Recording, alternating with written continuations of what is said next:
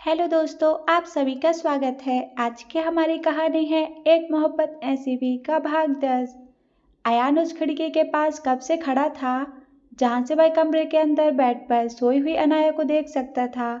उसकी हिम्मत नहीं थी कि वह अंदर जाए, क्योंकि अनाया कभी भी जाग सकती थी और अयान को डर था कहीं उसे देखते ही फिर से अनाया पर दौरा न पड़ जाए या वह रोने न लगे। अयान कुछ भी देख सकता था, पर अनाया की आंखों में आंसू देखना उसके लिए सबसे ज्यादा तकलीफदेह था। उसकी आंखें तो ये सोचकर ही बरस रही थी कितने बरसों तक उसकी जान ने कितने आंसू बहाए होंगे, कितनी पीड़ा सही होगी। अयान को दिल ही दिल में कितनी बार पुकारा होगा, पर अयान कैसा इंसान है कि अपनी जान के दिल की आवाज सुन ही नहीं पाया। काश वह उस दिन अनाया को सब कुछ बता पाता तो अनाया उसे माफ कर देती, या वह गुस्से में आकर इंडिया से जाने का निर्णय नहीं लेता तो उसे महेंद्र सर के बारे में पता चल जाता और वह उस मासा भेड़िए के पास अनाया को कभी अकेला नहीं छोड़ता। अयान को वह दिन याद आया जब उन दोनों ने अपनी जिंदगी के सबसे खूबसूरत पल साथ में बिताए थे। अगले दिन जब अनाया सोई हुई थी, सुबह ही राजू का कॉल आया। वो घबराया हुआ था। भाई, वो रुबीना दी। जीजू, गजब हो गया भाई, कल दोनों को किसी ने गोली मार दी, दोनों हॉस्पिटल में है भाई। मैं जकर भाई के पापा के साथ हांगकांग निकल चुका हूँ, आप जल्दी से आ जाओ। इतना सुनते ही अयान की तो जैसे सांसें रुक गई थी।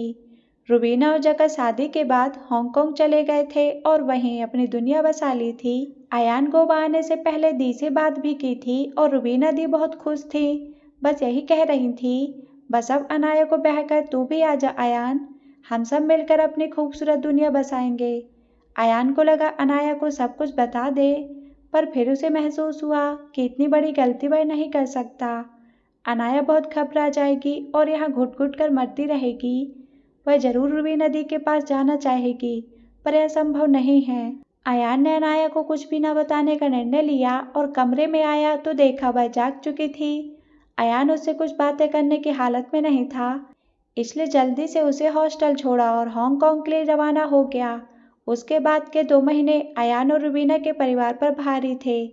रुबीना और जकर के सर पर गोली मारी गई थी। जकर कुछ दिनों तक मौत से लड़ता रहा और फिर मौत की ही जीत हुई।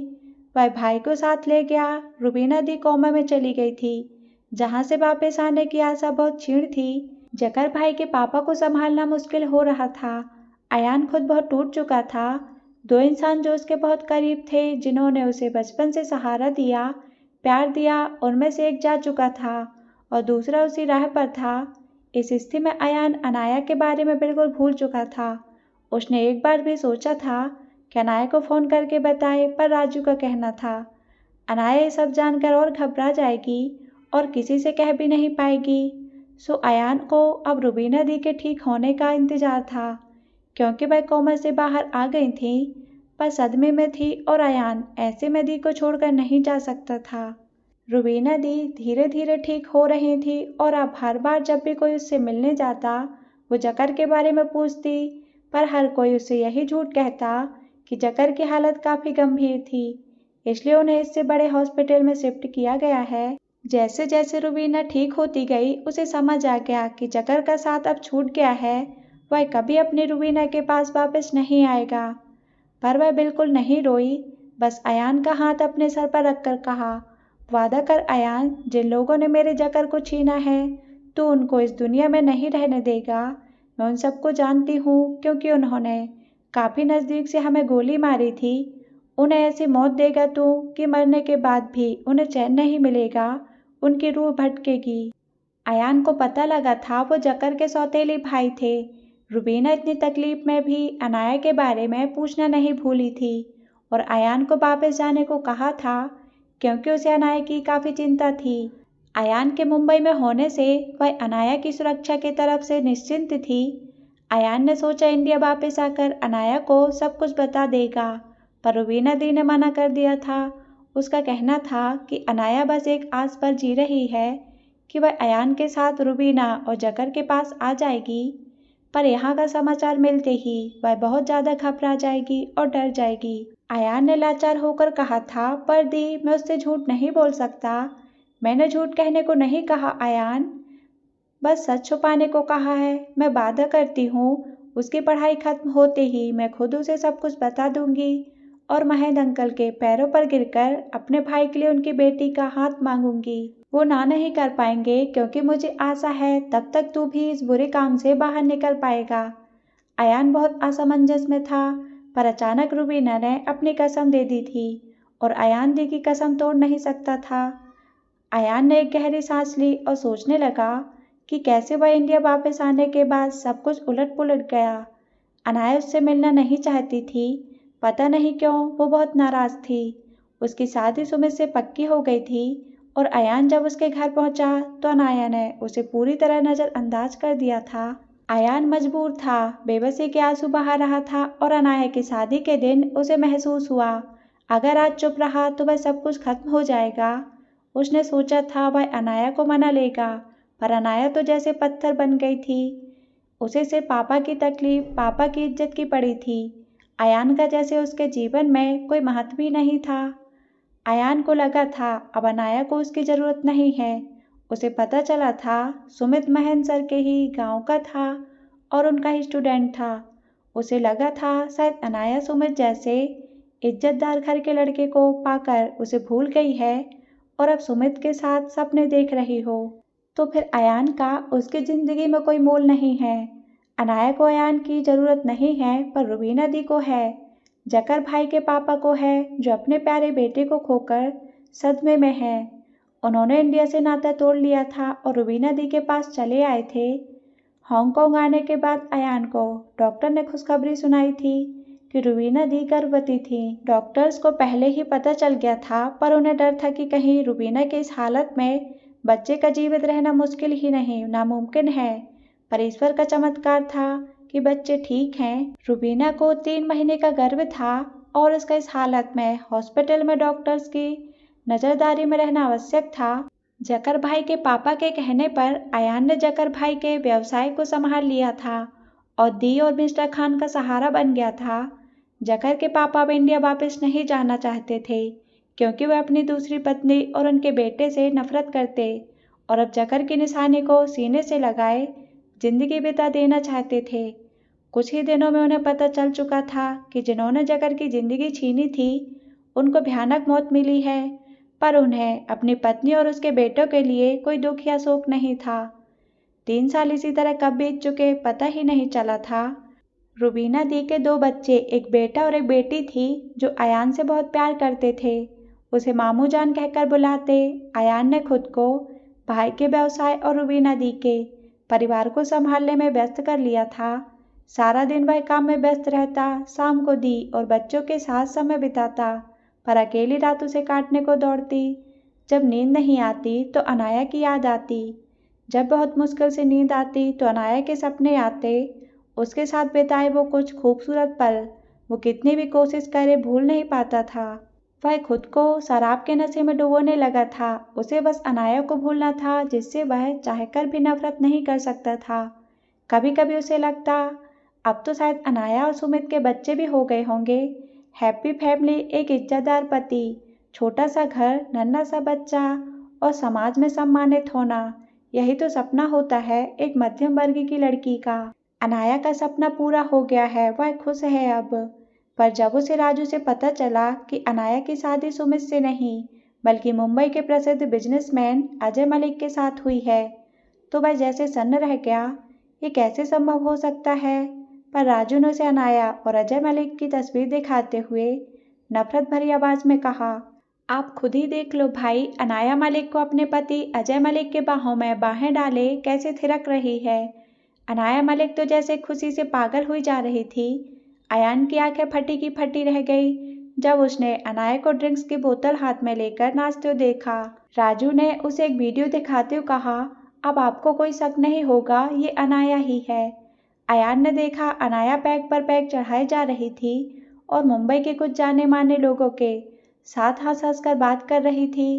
तभी मलिक आया और सबके सामने अनाया को अपनी बाहों में भींचते हुए उसके होठों को अपने गिरफ्त में ले लिया। अनाया भी उससे लिपट गई और उसे चूमने लगी। लोग तालियां बजाकर हंस रहे थे, फिर दोनों डांस फ्लोर पर डांस करने लगे। अनाया मिनी स्कर्ट पहने थी और बेहद हॉट लग रही थी। कुछ ही पल में एक आदमी आया और अजय से रिक्वेस्ट की कि उसे अनाया के साथ डांस करना है। अजय हंसते हुए अनाया का हाथ उसके हाथों में दे दिया और जाकर ड्रिंक लेने लगा। अनाया शायद होश में नहीं थी क्योंकि वह उस आदमी से लगभग लिपटी हुई थी। उस आदमी ने नाचते नाचते अनाया के सीने में हाथ डालकर सहलाने लगा, पर अनाया उसे देखकर बस मुस्कुराई। अयान से और देखा नहीं गया। उसने मोबाइल को फर्श पर पटक कर, जिससे वह टूटकर बिखर गया। अयान चिल्लाया, बकवास है राजू, ये अनाया नहीं है। तू जा, नहीं तो तेरा गला दबा दूंगा। राजू ने बैंक भरी आवाज में उत्तर दिया, जानता हूँ भाई, आप इसके सिवा कर ही क्या सकते हो। मैंने सब पता कर लिया है। वो अनाया गुप्ता ही है जो मलिक से शादी करके ऐश कर रही है। मुझे उससे अब कोई लेना देना नहीं है। जो दिल चाहे करे, भाड़ में जाए। पर भाई, मैं आपको बस इतना समझाना चाहता हूँ कि आप भूल जाइए उसे। आपके सीने में कितनी आग है मैं समझता हूँ। शराब के नशे में सिर्फ अनाया का नाम याद आता है आपको। उसका नाम लेकर रोते बिलखते हैं आप। क्यों भाई? जब वो आपको भूल कर इतना खुश रहती है तो आप क्यों नहीं?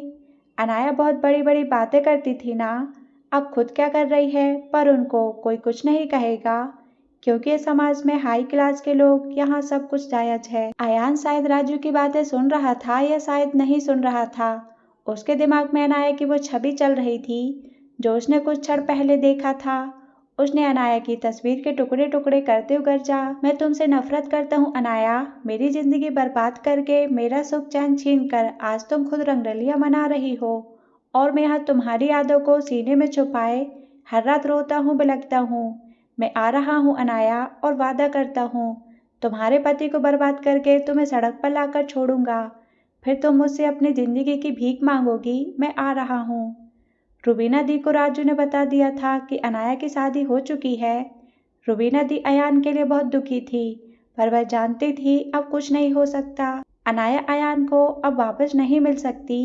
इसलिए उसने अपने ससुर मिस्टर खान से कहकर जगर का बिजनेस अयान के नाम कर दिया और उसे उलझाए रखने की कोशिश करने लगी थी। अयान भी व्यस्त रहना चाहता था और वैसे भी अब रुबीना दी का ख्याल रखना, उनका सहारा बनना ही उसके जीवन का एकमात्र मकसद बन गया था। धीरे धीरे उसने सारा बिजनेस संभाल लिया और फिर 2 नन्हे मुन्ने घर में आ जाने पर और भी व्यस्त हो गया। बच्चे भी अयान पर जान छिड़कते थे। रुबीना चाहती थी अयान भी अब अपना घर बसा ले, पर वह नहीं कह पाती थी क्योंकि उसे पता था अयान कितना बड़ा घाव दिल में छुपाए बैठा है। आज जब अयान ने इंडिया जाने की बात कही तो उसने शक भरी आवाज में पूछा, आज 3 साल हो गए इंडिया नहीं गए अयान, अब क्या जरूरत पड़ गई है? किसी और को बोल दे जो काम है। तू मत जा, मुझे तेरी चिंता रहती है। दी, जो काम है वो सिर्फ मैं ही कर सकता हूँ। रुबीना दी थोड़े संकेत स्वर में पूछी, ऐसा क्या काम है अयान? अयान रुबीना दी के पैर छूते बोला, आकर बताऊंगा, बस मुझे आशीर्वाद दे दो दी कि पूरा कर सकूं। रुबीना दी उसके सर पर हाथ फेरते हुए बोली, और इस बार कोई लड़की पसंद करके आपने लिए। मैं अब अकेली नहीं रह सकती। एक सहेली चाहिए मुझे भी अपना अकेलापन दूर करने के लिए। अयान ने उदास हंसी हंसते हुए बोला, वो तो इस जन्म में आपको मिलने से नहीं रही दी। अयान के लिए कोई बना ही नहीं है। अयान मुंबई आने के बाद अपने पुराने जगह पर नहीं गया क्योंकि वह फिर से अनाया की यादों को अपने मन मस्तिष्क पर हावी होने नहीं देना चाहता था। पर राजू वहां से पता लगा कर आया कि महेंद्र की मृत्यु हो गई है और वहां कोई नहीं रहता। राजू ने बताया कि अजय मलिक मुंबई के थाड़े इलाके का रईस इंसान है।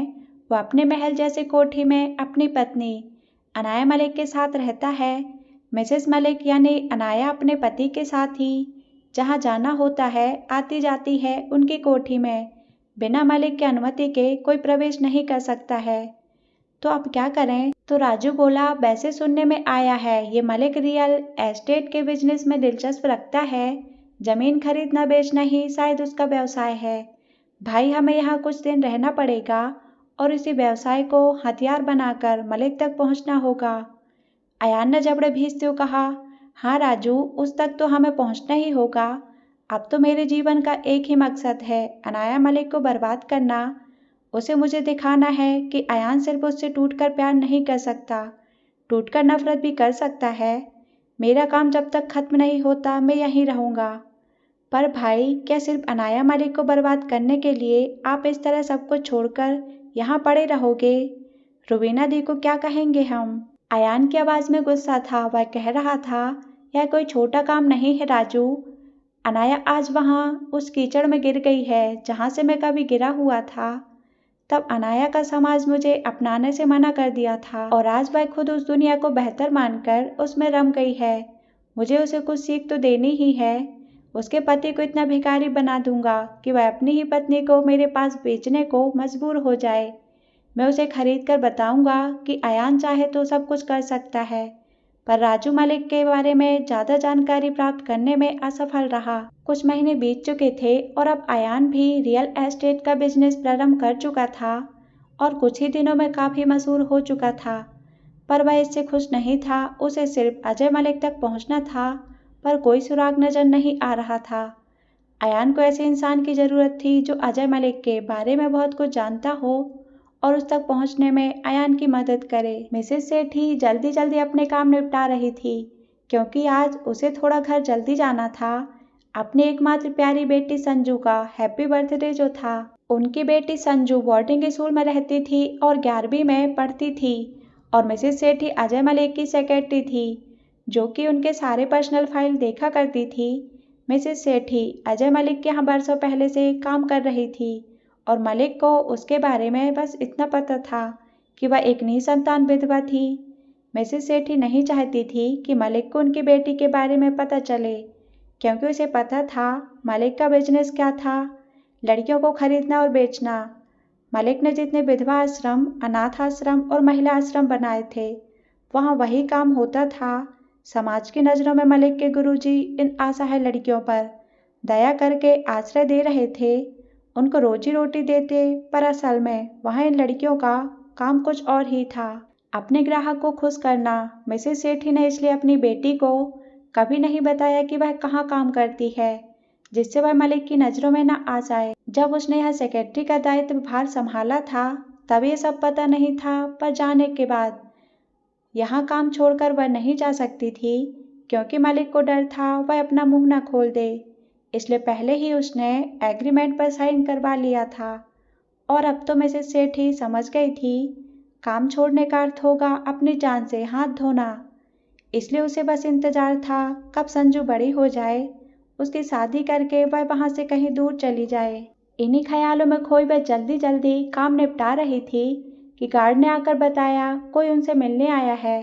मिसेस सेठी चिल्लाते बोली, मुझे आज जल्दी घर जाना है भैया, और आपको पता है ना मैं सर के इजाज़त के बगैर किसी से नहीं मिलती। गार्ड कुछ कहने ही जा रहा था कि मिसेस सेठी को एक मीठी आवाज़ सुनाई दी, मम्मा मैं आ गई। संजू दौड़कर आई और मम्मा से लिपट गई और उल्लास भरी आवाज़ में बोली, देखा आपने नहीं बताया, फिर भी मैंने पता लगा लिया आप कहाँ काम करती हैं। हो ना मैं स्मार्ट। मिसेस सेठी की तो भय से जान निकल गई। संजू यहाँ इस राक्षस के ऑफिस में, मलिक कभी भी यहाँ आ सकता है, उसने कांपते स्वर में कहा। हाँ संजू, पर चल अब घर चल। गार्ड ने मुस्कुराकर संजू को देखा और पूछा, मैडम आपकी बेटी है क्या? मिसेस सेठी घबराए स्वर में उत्तर दी, हाँ नहीं, असल में मेरी तबीयत ठीक नहीं है भैया, मैं घर चलती हूँ। गार्ड कुछ कहने ही जा रहा था तभी अजय मलिक अंदर आया और मिसेस सेठी से कहा, आपने मिसेस मलिक को बता दिया है उनका कल अपॉइंटमेंट है? मिसेस सेठी ने जल्दी से उत्तर दिया, जी सर, पर मिसेस मलिक कह रही थी उनकी तबीयत कुछ ठीक नहीं है, इसलिए मैंने वो अपॉइंटमेंट अगले हफ्ते में रखा है। यह सुनकर अजय ने गुस्से से जबड़े भींचते हुए कहा, अनाया को पता है यह पार्टी हमारे लिए कितनी महत्वपूर्ण है, उनके साथ हमारी डील पक्की हो चुकी है, पर अनाया के नखरे आजकल बढ़ते जा रहे हैं, लगता है मुझे ही बात करनी पड़ेगी उससे। कहते उसकी नज़र संजू पर गई और वह चौंक कर पूछा, ये लड़की कौन है? मिसेस सेठी कुछ जवाब देती उससे पहले ही संजू ने खुशी भरे स्वर में अजय मलिक को अभिवादन करते हुए कहा, हेलो अंकल, मेरा नाम संजू है, ये मेरी मम्मा है, आज मेरा 16वां जन्मदिन है, क्या आप मम्मा को जल्दी छुट्टी देंगे? अजय की आंखें चमक उठी और संजू के पास आकर उसके गालों को छूकर कहा, क्यों नहीं संजू, हैप्पी बर्थडे मेरी तरफ से भी, आप तो बहुत ही खूबसूरत हो, एक खूबसूरत लड़की का हैप्पी बर्थडे बहुत शानदार तरीके से होना चाहिए, है ना? संजू मुस्कुराई और बोली, thank you uncle. Ajay Malik ने मिसेस सेठी की तरफ देखा और मुस्कुराते हुए कहा, आपने कभी बताया नहीं आपके पास ऐसा अनमोल हीरा है। मुझे लगता है इसे राजकुमारी की तरह रहना चाहिए। आपकी तनख्वाह बढ़ा दूंगा मैं। और हाँ, अगले हफ्ता गुरुजी का बर्थडे है। आप और संजू वहाँ खास मेहमान होंगे। गुरुजी संजू को देखकर बहुत खुश होंगे। उसने संजू की तरफ देखा और सातिर मुस्कुराहट के साथ कहा, आज 16वें साल में जा रहे हो संजू डियर। लड़कियों के जीवन में ये सबसे महत्वपूर्ण समय है। आपको गुरुजी का आशीर्वाद लेना चाहिए। आओगे ना? संजू मुस्कुराते हुए हामी भरते बोली, जरूर अंकल। और थैंक्स हमें वहाँ निमंत्रण करने के लिए। अजय ड्राइवर को बुलाते हुए कहा, इनको घर छोड़ कर आइए। संजू आप गाड़ी में बैठो, आपकी मम्मा अब भी आई। संजू खुश होते बोली, थैंक यू अंकल। संजू के जाने के बाद अजय ने मिसेस सेठी की ओर देखते हुए कहा, अब आपकी बेटी की सारी जिम्मेदारी मेरी मिसेस सेठी। जाइए घर जाइए, खुशी मनाइए। और हाँ, कुछ और सोचने से पहले याद कर लीजिएगा कि मुझे जो पसंद आ गई है उसे मैं पाताल से भी ढूंढ निकालूंगा, इसलिए कोई चालाकी नहीं। मिसेस सेठी कांपते हुए अपना सर हिलाई और कार में आकर बैठी, जहां संजू खुशी से उछल रही थी और पता नहीं अपने बर्थडे का क्या क्या प्लानिंग कर रही थी। वहीं मिसेस सेठी को लग रहा था उसकी दुनिया ही खत्म हो गई। वह समझ चुकी थी अजय मलिक संजू को गुरुजी के हवाले कर देगा और वह कुछ नहीं कर पाएगी। उसकी फूल सी बेटी उस जानवर गुरुजी के हत्थे चढ़ जाएगी और उसके बाद ना जाने कितने लोगों। वह इससे ज़्यादा कुछ सोचने के काबिल नहीं थी। उसे लग रहा था घर जाकर अपनी बेटी का गला घोंटकर खुद भी आत्महत्या कर ले। अब संजू की जो जिंदगी मिलेगी उससे अच्छा है उसे मौत मिले। मिसेस सेठी का ध्यान टूटा संजू के चिल्लाने पर, मम्मा घर आ गया है, आप कहाँ खोए हो? मिसेस सेठी के उतरने के बाद ड्राइवर बोला, मैडम सर ने कहा है अब आप और आपकी बेटी जहाँ भी जाए मैं ले जाऊँ। आप बस एक फ़ोन कर देना, मैं आ जाऊँगा। कल कितने बजे आपको पिक करूँ? मिसेस सेठी ने धीरे स्वर में कहा, भैया आप 8 बजे आ जाना। संजू को हॉस्टल ड्रॉप करके मैं ऑफिस चली जाऊंगी। ड्राइवर के जाने के बाद मिसेस सेठी घर के अंदर आई और संजू को देखते हुए कहा, संजू अपना बैग पैक कर ले, जो भी कीमती या इम्पोर्टेंट सामान है रख ले बैग में। संजू ने आज सर होकर पूछा, हम कहीं जा रहे हैं क्या? मिसेस सेठी ने सर हिलाते हुए कहा, तेरा मोबाइल बंद कर दे और जब तक मैं न कहूँ उसे ऑन मत करना। एक काम कर, मुझे मोबाइल दे। संजू बस मम्मा को देख रही थी। उसे लग रहा था मम्मा पागल हो गई हैं क्या?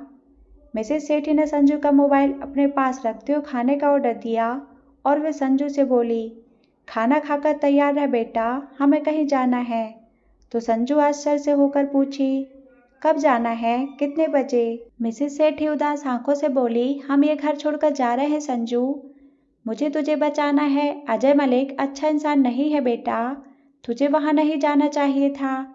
संजू इतना सुनते ही घबरा गई। अच्छा इंसान नहीं है का मतलब उसे पता था क्योंकि वह बड़ी हो गई थी। उसने कांपते स्वर में कहा, मम्मा हम पुलिस के पास चलते हैं। मिसेस सेठी ने संजू को अपने गले लगा लिया और रोते बोली, नहीं, हम किसी की सहायता नहीं ले सकते संजू।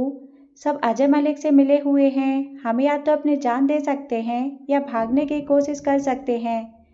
संजू डर से कांप रही थी। उसने फिल्मों में अजय मलिक जैसे इंसानों को देखा था, पर उसे कभी नहीं लगा इस समाज में ऐसे लोग रहते हैं या रहते भी हों। तो मम्मा कैसे वहाँ काम कर सकती है? उसने डरते हुए पूछा, मम्मा हम क्या करेंगे? मिसेस सेठी ने उसे अपने से चिपकाते हुए कहा, तेरी माँ भी जिंदा है बेटा, तू डर मत। और हाँ, अगर ऐसे कुछ हो कि तुझे नहीं बचा पाऊँ तो अपनी जान दे देना बेटा, पर अपनी इज्जत पर किसी को हाथ मत डालने देना। रात के 10 बज रहे थे। बाहर खूब अंधेरा था। मिसेस सेठी अपना और संजू का बैग लेकर बाहर आई। इधर उधर देखा और संजू से बोली, हमें थोड़ी देर पैदल चलना होगा बेटा, यहाँ से टैक्सी नहीं ले सकते, हम पकड़े जाने का डर है। संजू ने सर हिलाकर हामी भरी और बोली, पर मम्मा हम घर पर नहीं मिलेंगे तो उन लोगों को शक होगा ना, हम भाग गए हैं। मिसेस सेठी ने सर हिलाया और बोली, मैंने गैस सिलेंडर का नॉब खुला छोड़ा है, मंदिर में दिया जल रहा है, 1 घंटे में गैस वहां तक पहुंच जाएगी और आग जल जाएगी। जब तक लोग जाकर आग बुझाने आएंगे सब स्वाहा हो जाएगा। चल अब जल्दी चल यहाँ से। संजू ने भीगी आंखों से अपने छोटे घर को देखा जो बगीचों से घिरा हुआ था और उस बगीचों के सारे फूल संजू ने अपने हाथों से लगाए थे। उसने एक लंबी सांस छोड़ी और मम्मा के साथ एक अनजाने मंजिल को चल पड़ी। राजू कुछ दिनों से मिसेस सेठी पर नजर गड़ाए था। उसे पता चला ये अजय मलिक की सेक्रेटरी है और उसे आशा थी कि इससे कुछ उगलवा सकते हैं, पर उसे पता था ये ऐसे नहीं बोलेगी। इसकी कोई मजबूरी हो तो उसे हथियार बनाकर इससे सब कुछ जाना जा सकता है। आज पहली बार उसने मिसेस सेठी के साथ एक लड़की को देखा और अनुमान लगाया कि वो इनकी बेटी होगी। वह बस इसी इंतजार में था कि रात कुछ और गहरी हो तो वह मिसेस सेठी के घर पर धावा बोलेगा, उनसे सब कुछ उगलवाने की कोशिश करेगा और अगर ना बोली तो उसके बेटी को उठाने की धमकी देगा। वह यही सब सोच रहा था और अपनी कार में बैठकर उस पल का इंतजार कर रहा था जब वह इस काम को अंजाम दे। पर तभी उसने चौंक कर देखा कि मिसेस सेठी और उनकी लड़की कहीं जा रही थी। राजू और भी चौंक गया यह देखकर कि उन्होंने बिना कोई सवारी लिए पैदल ही चलना शुरू किया, जबकि उनके हाथ में सामान था। राजू चुपचाप उनका पीछा करता रहा और कुछ दूर आकर उन्होंने टैक्सी ली और स्टेशन की ओर रुख किया। स्टेशन पर उन्होंने लोकल ट्रेन का टिकट लिया और ट्रेन में चढ़ गए। राजू उनको फॉलो कर रहा था। ट्रेन आधे घंटे ही गई थी कि एक छोटे स्टेशन पर वो उतर गए और राजू भी। पर मिसेस सेठी ने फिर से टिकट लिया और एक दूसरी ट्रेन में चढ़ गई। इस तरह 4 बार वह ट्रेन पलटी। राजू परेशान था उनके इस अजीब हरकत पर। उसने चुपके से अयान को सारी बातें बताई और कहा, ये लोग इतने डरे हुए दिख रहे हैं, मानो पकड़े जाने का आतंक है। क्या करूं भाई बताओ? अगर ये हाथ से निकल गई तो मलिक के बारे में बताने वाला कोई और मिलना मुश्किल है। तो अयान बोला, एक काम कर, मौका पाते ही उठा ले माँ बेटी को, और हाँ ध्यान रखियो कोई लफड़ा ना हो जाए। राजू ने मुस्कुराते हुए कहा, आप निश्चिंत रहो भाई, उठाने के काम में मैं एकदम एक्सपर्ट हूँ। जब मिसेस सेठी को होश आया तो उसने खुद को किसी अनजान जगह पर हाथ पैर बंधे हुए हालत में पाया। उसने सोचने की कोशिश की क्या हुआ था उनके साथ, और याद करते ही उनके होश उड़ गए। उसे याद आया वो अपनी बेटी संजू के साथ अजय मलिक से भागने के लिए निकले थे और 3-4 बार ट्रेन बदलते हुए वे एक छोटी जगह पर पहुंचे जो मिसेस सेठी की सहेली का घर था और अजय मलिक को इस बारे में कुछ पता नहीं था। मिसेस सेठी ने सोचा कुछ दिन वहां रुककर वह संजू को लेकर मुंबई से काफ़ी दूर चली जाएगी जहां अजय मलिक नहीं पहुंच पाए। पर जब वह रास्ते में टैक्सी का इंतजार कर रही थीं, अचानक कुछ लोग आए और उनके चिल्लाने से पहले ही उन्हें दबोच लिया, कुछ सुंघा दिया और अब वो इस हालत में है। इसका मतलब है अजय मलिक के लोग पहले ही उन पर नजर रखे थे और अब वो लोग उनके कब्जे में हैं। मिसेस सेठी की आंखें संजू को खोज रही थी और आंसू बहाए जा रही थी।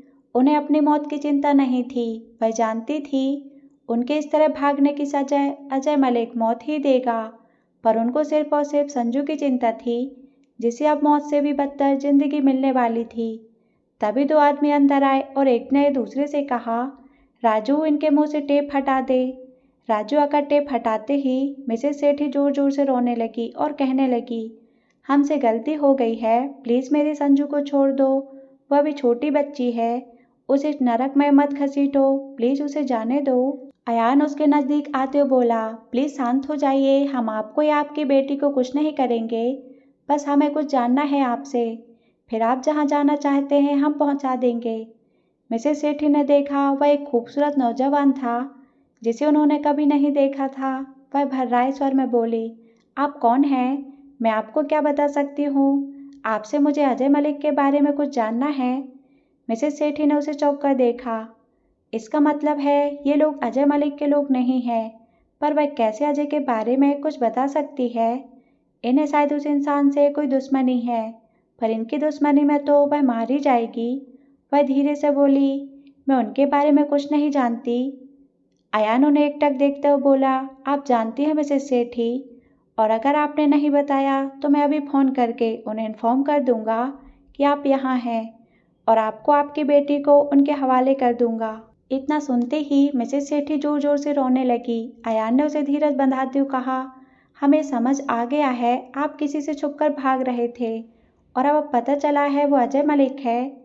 हमें नहीं पता कि आपकी और अजय की क्या प्रॉब्लम है, पर इतना विश्वास कीजिए हमारे पास होते हुए आप पूरी तरह सुरक्षित हैं, और अगर अजय मलिक से आपको कोई प्रॉब्लम है तो उसके बारे में बताने में आपको हिचक नहीं होनी चाहिए। उसके बदले हम आपके और आपकी बेटी की सुरक्षा का दायित्व लेते हैं। मिसेस सेठी ने हाँ में सर हिलाया। राजू आगे बढ़कर उनके पैर खोलते हुए कहा, आप आराम से बैठ जाइए, लीजिए पानी पी लीजिए, माफ़ी चाहता हूँ, आप मेरी माँ जैसी हैं, आपके साथ हमने ऐसी गुस्ताखी की। मिसेस सेठी अवाक होकर उन्हें देख रही थी। उन्हें लगा ये जरूर अजय मलिक के सताए हुए हैं। हो सकता है इनके घर की बहू बेटियों पर मलिक ने जुल्म ढाए हैं और अब ये बदला लेना चाहते हैं। अगर इनकी सहायता करने से वह अपनी बेटी के साथ सुरक्षित है तो उन्हें बता देना चाहिए। शायद भगवान ने उनकी संजू को बचाने का कोई रास्ता निकाला है। वह धीरे से बोली, क्या जानना है आपको उनके बारे में? मैं जो जानती हूँ सब बताऊंगी आपको। हमें जानना है मलिक का बिजनेस क्या है, कैसे लोगों के साथ दोस्ती है, उसका बिजनेस कहाँ तक फैला हुआ है, कौन कौन है घर में, सब कुछ जानना है। और हाँ, उसकी पत्नी अनाया मलिक के बारे में भी जानना है हमें। मिसेस सेठी अयान को देखते हुए बोली, मैं मलिक के बारे में सारी इन्फॉर्मेशन आपको दूंगी, पर अनाया के बारे में क्यों? तो अयान उनकी ओर प्रश्न भरी निगाहों से देखा। तो क्योंकि मैं नहीं चाहती वह लड़की फिर से मुसीबत में फंसे। अयान यह सुनते ही हंस पड़ा, फिर कठोर आवाज में चिल्लाया, बेचारी अनाया मलिक जो अजय मलिक की बीबी है, लाखों रुपए क्लब में कैसीनो में उड़ाती फिरती है, इतने सारे बॉडीगार्ड लेकर घूमती है, और वह बेचारी कैसे बनी? मिसेस सेठी ने उसे जलती हुई आंखों में देखते हुए कहा, मिस्टर मैं समझ गई हूँ, आप लोग शायद अनाया की वजह से ही अजय मलिक के बारे में जानना चाहते हैं। मैं भी एक औरत हूँ और एक लड़की की माँ भी। जानती हूँ यह दुनिया एक औरत से, लड़की से क्या चाहती है। शायद आप अनाया तक पहुँचना चाहते हैं। सबको अनाया तक पहुँचना है, उसे अपना हमबिस्तर बनाना है। उसकी खूबसूरत जिस्म की चाय सबकी आंखों में नजर आती है। आप भी उससे अलग नहीं हो सकते। पर मैं पूछती हूँ कि क्या एक लड़की की खूबसूरती और जवानी उसके लिए अभिशाप होता है? क्यों वह अपनी मर्जी से अपनी तरह नहीं जी सकती? अयान ने जबड़े भींचते हुए बोला, उसे तो जीने का हक ही नहीं है मिसेस सेठी। मैं उसे और उसके पति को बर्बाद कर दूंगा। मिसेस सेठी ठहाका लगाकर हंस पड़ी और बोल उठी, और कितना बर्बाद करेंगे उस मजबूर लड़की को? हर आदमी को औरत से ही बदला लेना होता है ना? क्या वो आपकी पत्नी होती या आपकी कोई सगी होती तो आप उस पर बुरी नजर डालते? बताइए मिस्टर। अयान गुस्से से दीवार पर मुक्का मारते चिल्ला उठा, बस बहुत हुआ मिसेस सेठी, आप बिना जाने कुछ भी इल्जाम लगा रही हैं। आपको पता नहीं वो मेरे लिए क्या थी। मेरी जिंदगी थी वो, मेरा प्यार, मेरे जीने का मकसद, मेरी मंजिल, मेरी सब कुछ थी वो। पर अब नहीं है, क्योंकि अब वो एक चरित्रहीन औरत है जो मजे मस्ती के लिए कुछ भी कर सकती है। अयान हाँफ रहा था और मिसेस सेठी उसे अवाक सा देख रही थी। फिर वह धीरे से बोली, आपको बहुत बड़ी गलतफहमी हुई है मिस्टर। अनाया मजबूर है, अजय मलिक के जाल में फंस चुकी है पूरी तरह। उसके मासा ने उसे यहाँ भेज दिया था, मैं इसकी साक्षी हूँ। उसके बाद से अजय मलिक उसे बड़े लोगों के जाल में फंसाने के लिए व्यवहार करता है। मैं नहीं जानती उसकी मजबूरी क्या है, पर वह अजय मलिक के चंगुल से नहीं निकल सकती। अयान बिल्कुल मूक बन चुका था, पर राजू ने शक की निगाहों से मिसेस सेठी को देखते हुए कहा, पर मैंने खुद अनाया को पार्टी में मस्ती करते, लोगों की बाहों में नाचते देखा है। मिसेस सेठी ने सर हिलाते हुए कहा, हाँ, पर वो होश में कहाँ रहती है तब? अजय मलिक उसे ड्रग देता है, वह एक कठपुतली बन चुकी है जो मलिक के इशारे पर नाचती रहती है। वह अयान की तरफ देखते हुए रुंधे स्वर में बोल उठी, बेटा, अगर आप कभी उस बेबस लड़की से प्यार करते थे तो उस प्यार की दुहाई है, उसे उस नरक से बचा लो। फिर आप देखना, मैंने कुछ भी झूठ नहीं कहा है। राजू अयान की तरफ देखा और पाया कि वह काँप रहा था। वह जल्दी से अयान के पास आया और उसे सहारा देते हुए बिठाया और बोला, भाई आप बैठ जाओ, हम चुप नहीं बैठेंगे, कुछ ना कुछ करेंगे। अयान की आंखों से आंसू बह रहे थे। उसने अपने आंसुओं को पोंछते हुए कहा, राजू, अनाया बहुत तकलीफ में है। मैंने तो क्या क्या सोच लिया था उसके बारे में, पर अब वह ऐसी नहीं है राजू। तू तो जानता है कितनी मासूम थी मेरी अनाया। बुरे लोगों में फंस गई है राजू वो। पता नहीं कितना जुल्म सह रही होगी। उन्होंने उसे पागल और बेबस बना दिया है राजू। हमें जल्दी ही कुछ करना होगा। राजू दिलासा देते हुए बोला, हाँ, आप चिंता न करें, हम बहुत जल्द कुछ करेंगे और उस नीच इंसान को अच्छी सबक सिखाएंगे, है ना मिसेस सेठी? मिसेस सेठी ने आंखों में आंसू थे। वह समझ चुकी थी यह लड़का अनाया से सच में प्यार करता है और वह अनाया को उस नरक से बचा लेगा जिसमें मिसेस सेठी की उसकी मदद करनी होगी। वह रुधिर स्वर में बोली, जरूर बेटा, मैं आप लोगों को अजय मलिक के बारे में सब कुछ बताऊंगी। राजू ने पूछा, पर आप सब कुछ जानते हुए भी चुप क्यों थी और अब अचानक उससे भाग क्यों रही थी? मिसेस सेठी उदास स्वर में बोली, मैं पहले उसके कारनामों के बारे में नहीं जानती थी।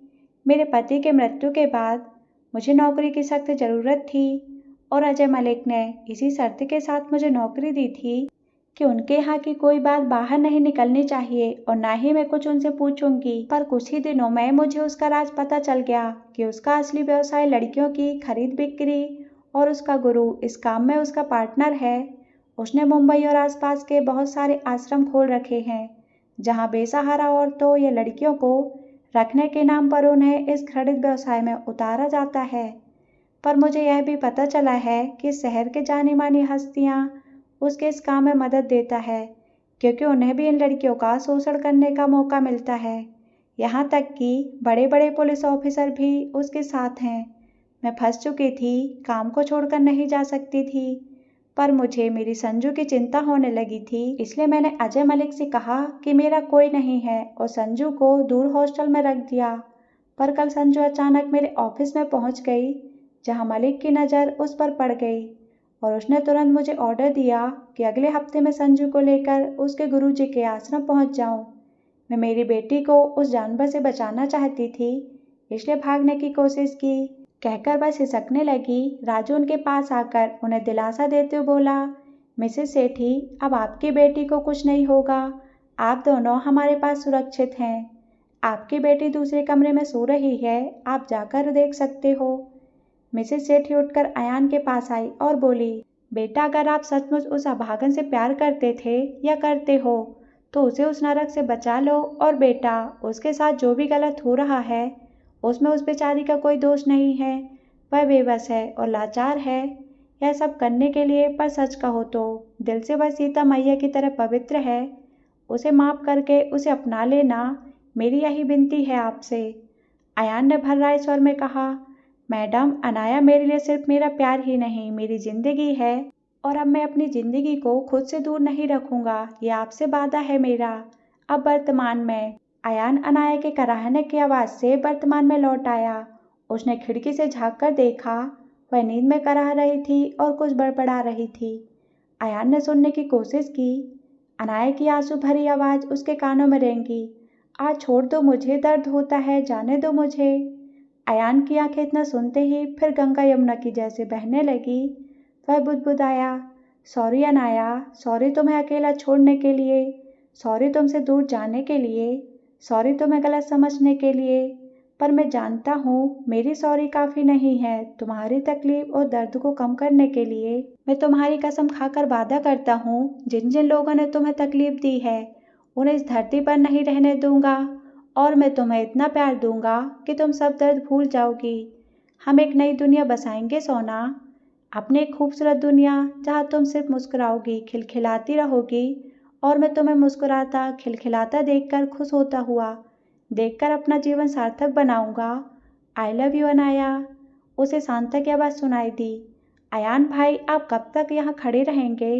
अंदर आइए ना। अयान ने ना में सिर हिलाते हुए कहा, नहीं शांता, अगर अनाया अचानक जाग गई और मुझे देखा तो शायद फिर से उसे दौरा पड़ जाए। मैं यही ठीक हूँ, बस उसे चुपके से देखता रहूँगा, पर तुम एक पल भी उसे छोड़कर मत जाना। अयान भाई, आप जानते हैं ना, मैं एक स्वयंसेवी संस्था में काम करती हूँ। वहाँ ऐसे केसेस जहाँ बेसहारा लड़कियाँ लाई जाती हैं और उनका इलाज चलता है, बहुत देखे हैं और मैं इन्हें संभाल सकती हूँ। आप अनाया की तरफ से निश्चिंत रहिए, पर आपको उसे अजय मलिक के पास नहीं भेजना है, ये बात याद रखिए। अयान जबड़े भींचते हुए बोला, नहीं शांता, अब अनाया मेरे पास रहेगी, वो कहीं नहीं जाएगी और अजय मलिक को जहन्नुम में भेजना मेरा पहला मकसद है। तुम अनाया के पास जाओ, उस पर इंजेक्शन का असर कम हो रहा है, कुछ देर में होश में आ जाएगी वो। मैं चलता हूँ। अयान ने और एक बार भीगी आंखों से अनाया को देखा और वहां से भारी कदमों से चला गया, मानो अपनी जान को वहां छोड़कर जा रहा हो।